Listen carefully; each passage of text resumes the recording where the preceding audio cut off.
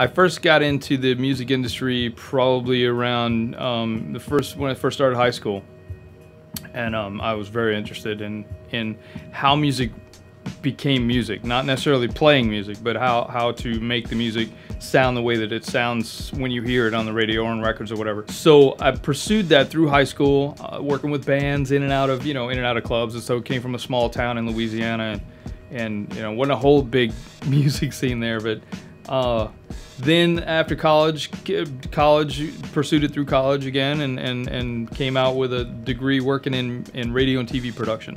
Kind of close to music industry, but that was kind of the closest I could get with the college I went to. Again, small town Louisiana. Came out to LA after that, and decided to try to work in the industry and grow and just be a professional engineer in the industry. Started out working in live shows, doing a lot of live shows. I toured for 13 years as a live engineer, in and out of front of house, meaning mixing for the audience, or monitors, meaning mixing for the band. I'm not really a musician. I'm definitely an engineer, and that makes a big difference for me. Is that although I know music, I don't really aspire to be like a keyboard player. I don't aspire to be a guitar player. I'm an engineer. I like to make music sound good. I like to make music feel good. So what led me to working in a studio first time was probably I toured for Chick Corea. I don't know, some of you guys may know Chick Corea, the jazz pianist. Worked for the Electric Band. We toured for probably 3-4 years with him. When we were not on tour with Chick, he would keep us on staff at the studio. He owned Mad Hatter Recording Studios in Silver Lake in LA. Unbelievable, man. There was so many stars came in and out of that studio all the time. It was a hopping studio. Great equipment, great vibe. Always just a ton of people coming in and out. And that's probably how I got the studio bug, was working there. Bernie Kirsch was the head engineer there. And Larry Ma was also one of the head engineers there, and we got to work with Bernie Kirsch and Larry Ma. These guys were amazing. Just learned so much from just watching them, just even standing in the back of the room watching them. Yeah, when I first moved to LA, I ran into a guy who was the drummer for Danny Wilde Band. The Danny Wilde Band turned into what we now know as the Rembrandts. They wrote a song for, I think it's a theme song for Friends, kind of a big song.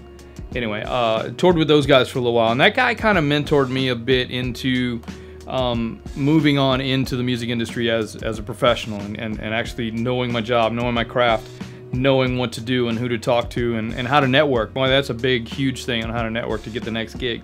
Once this gig's done, you got to move on to the next one and be ready for the next one. So that was a huge thing. I think what sets me apart from other people in the industry is that I figured out early on that this job's a hustle. And it's hard work, and it's never ending. You never quit. You can't ever give up. You just got to keep going and going and going. You learn that you got to give more than people are expecting. And if you give more than people are expecting, they're going to call you back. They're going to keep calling you back because you're the guy that gives more than they expect. And they definitely need that and appreciate that. You have a reputation, okay? People start to talk about you and what you do and what you know, and who knows you and who knows how you work and who knows who you get along with and who knows this and who knows that about you. And it's your job to maintain that. Maintaining that status is, you're really only as good as your last worst project. Don't have a worst project. That's the key. Always learn, always be on top, always be the best you can be with everything you do. Since starting in this industry, probably 30 years ago, I've seen changes happen I guess the biggest change that I've seen happen has been the invent of going to the digital. From the ADATs and the DA88s and then on to Pro Tools, and then on to, Logic, and then now it seems things are all Wi-Fi and 4G, and you can use your iPad to sit on the couch and control your Pro Tools, and it's actually kind of cool. But at the same time, if you think about it, everybody's trying to get back to what it was in 1976.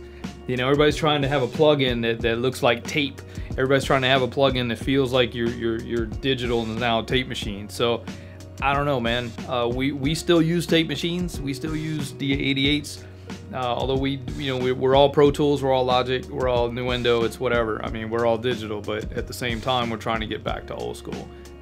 Honestly, having a mentor that's been in the industry for 25 plus years is a cool thing, because they've seen tape, they've seen analog, they've seen the first parts of digital, the first, the ADATs and D88s and things like this. So having these things available and having the knowledge that you can share with your students is an awesome thing, man. And having the students understand that is the coolest part too.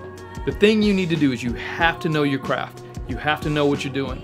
You have to be able to command a session. You have to run that session. It's you. You're the engineer. That's your job. That's what you do. You have to do that.